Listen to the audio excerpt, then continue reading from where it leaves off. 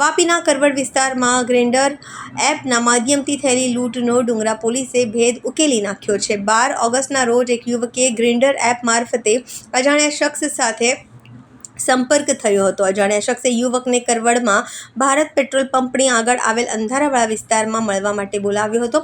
યુવક ત્યાં પહોંચતા જ અગાઉથી હાજર 3 ઈસમોએ તેની સાથે મારામારી શરૂ કરી હતી। આરોપીએ ચપ્પુ બતાવી જાનથી મારી નાખવાની ધમકી આપી યુવક પાસેથી બળજબરીપૂર્વક 14,000 રૂપિયાની રોકડ રકમ લૂંટી લીધી હતી। ત્યારબાદ ત્રણેય આરોપીઓ ઘટના સ્થળેથી ફરાર થઈ ગયા હતા। ફરિયાદના આધારે ડુંગરા પોલીસે ગુનો નોંધી તપાસ શરૂ કરી હતી। ડુંગરા પોલીસે ટેકનિકલ એનાલિસિસના આધારે આરોપીઓની ઓળખ કરી હતી। ગણતરીના કલાકોમાં જ કરવડ વિસ્તારમાંથી મૂળ ઉત્તર પ્રદેશના 3 આરોપીઓ 19 વર્ષીય શાહબાજ અબ્દુલ અજીજ ચૌધરી, 20 વર્ષીય જાહિર સમીઉલ્લાહ ખાન અને 19 વર્ષીય જવાહર રામ નરેશ યાદવને ઝડપી પાડ્યા છે। પોલીસે તેમની પાસેથી લૂંટાયેલી સમગ્ર 14,000 રૂપિયાની રોકડ રકમ રિકવર કરી લીધી છે। જો કે આખી ઘટનામાં મુખ્ય સવાલ તો એ થાય છે કે ફરિયાદી શા માટે આરોપીઓને મળવા ગયો હતો અને આ ગ્રાઇન્ડર એપ છે શું? ગ્રાઇન્ડર એપનો ઉપયોગ સમલૈંગિક વ્યક્તિઓ એકબીજાને મળવા માટે ઉપયોગ કરતા હોય છે। આવા વ્યક્તિઓ દેશના કોઈ પણ ખૂણે આ ગ્રાઇન્ડર એપનો ઉપયોગ કરી પોતાના જેવી માનસિકતા ધરાવતા લોકો સાથે મળતા હોય છે। જો કે આ ગેંગે આ જ ગ્રાઇન્ડર એપનો દુરુપયોગ કરી અને સમલૈંગિક સંબંધોનો શોખીનો દ્વારા ઉપયોગમાં લેવાતી ગ્રાઇન્ડર એપ દ્વારા આવા શોખીનોને સંબંધ બાંધવાની લાલચ આપીને બોલાવતા હતા। ત્યારબાદ તેમને ધાક ધમકીથી લૂંટ કરતા હોવાનું બહાર આવ્યું છે। આ ઝડપ પહેલા ત્રણેય આરોપીઓ મૂળ ઉત્તર પ્રદેશના છે, પરંતુ છેલ્લા કેટલાક સમયથી વાપીના કરવડ વિસ્તારમાં રહેતા હતા। તેઓએ પૈસા કમાવા માટે શોર્ટકટનો રસ્તો અપનાવ્યો છે। તેઓ આ ગ્રાઇન્ડર એપની સાથે એક અન્ય વાલા એપનો પણ ઉપયોગ કરીને આવા સમલિંગી લોકોને એકાંતમાં બોલાવતા હતા અને ત્યારબાદ તેમની સાથે લૂંટ અને અન્ય ગુનાઓ આચરતા હતા। ડુંગરા પોલીસને ચોપડે પ્રથમ ફરિયાદ નોંધાતા અન્ય એક ફરિયાદીએ પણ આ મામલે ડુંગરા પોલીસ સ્ટેશનમાં ફરિયાદ નોંધાવી છે। હાલે આરોપીઓ પોલીસના રિમાન્ડ પર છે, ત્યારે રિમાન્ડ દરમિયાન હજી બીજા વધારે ચોંકાવનારા ખુલાસા થાય તેવું મનાઈ રહ્યું છે।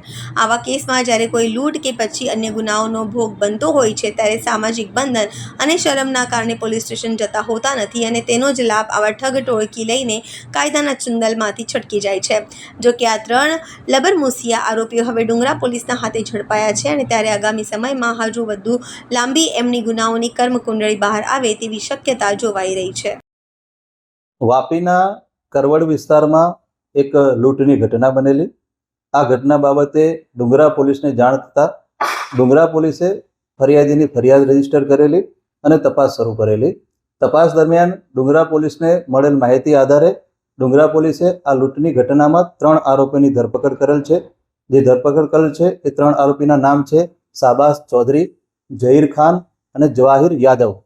આ ત્રણેય મૂળ ઉત્તર પ્રદેશ રાજ્યના વતની છે અને હાલમાં કરવડ મુકામે રહે છે।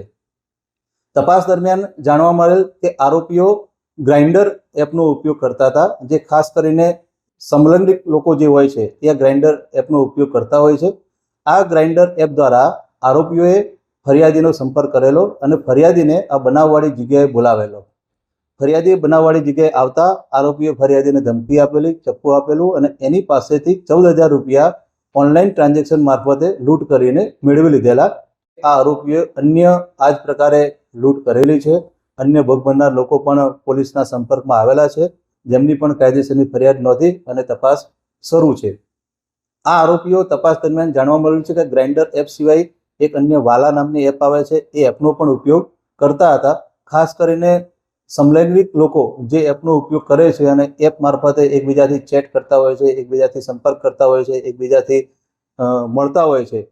આ એપના કારણે આરોપીઓએ ફરિયાદીને બોલાવેલો અને ઘણા કિસ્સામાં સામાજિક શરમના કારણે લોકો ફરિયાદ કરતા હોતા નથી, બરાબર। તો આ સમયે મારી અપીલ છે કે આવું જે પણ લોકો સાથે બનેલું છે એ લોકો તાત્કાલિક પોલીસનો સંપર્ક કરે અને આ આરોપીઓ વિરુદ્ધની પોલીસ કાયદેસરની કાર્યવાહી કરે છે।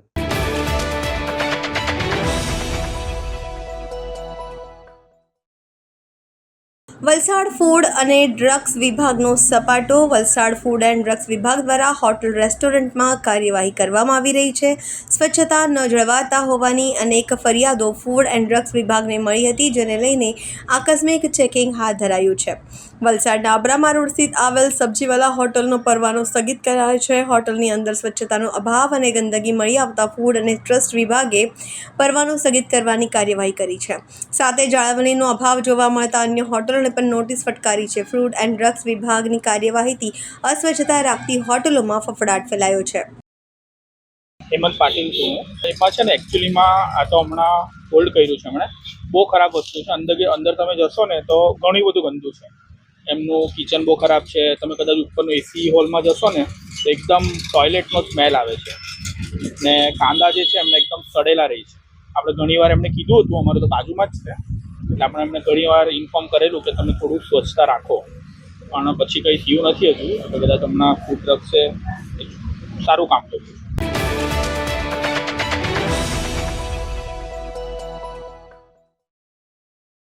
વલસાડ શહેર પોલીસની લાલ આંખ. વલસાડમાં મોડિફાઈડ કરેલ બુલેટ કરાઈ કબજે.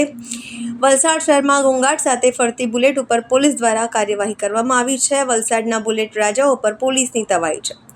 વલસાડ શહેર પોલીસે 5 જેટલી મોડિફાઈડ બુલેટ કબજે કરી છે. વલસાડ વિભાગમાં બુલેટ રાજાઓમાં ફફડાટ જોવા મળી રહ્યો છે. વલસાડ જિલ્લા પોલીસ અધિક્ષકના માર્ગદર્શન હેઠળ આ કાર્યવાહી કરવામાં આવી છે.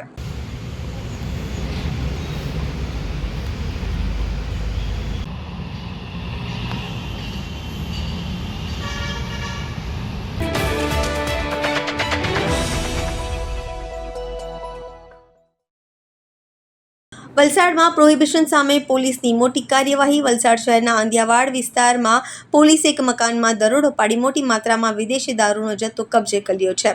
પોલીસને મળેલ બાતમીના આધારે શહીદ ચોક આંધિયાવાડ વિસ્તારમાં 18 ઓગસ્ટ રોજ રેડ કરવામાં આવી હતી. દરમિયાન લલિતાબેન ઉર્ફ અલુ નામની 62 વર્ષીય મહિલાને તેના મકાનમાંથી વિદેશી દારૂના જથ્થા સાથે ઝડપી પાડવામાં સફળતા મળી છે.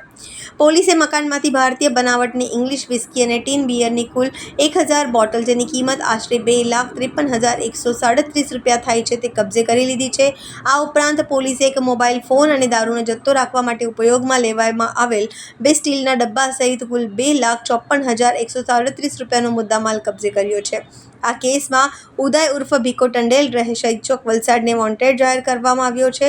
આ સમગ્ર કાર્યવાહી Valsad city police inspector R.H. વાળાની આગેવાની હેઠળ PSI AB Goyal, PSI Sheeba Thomas સહિત પોલીસ સ્ટાફે હાથ ધરી હતી. વલસાડ પોલીસે પ્રોહિબિશનની પ્રવૃત્તિ સામે વધુ કડક કાર્યવાહી કરવાનો સંદેશ પણ આપ્યો છે.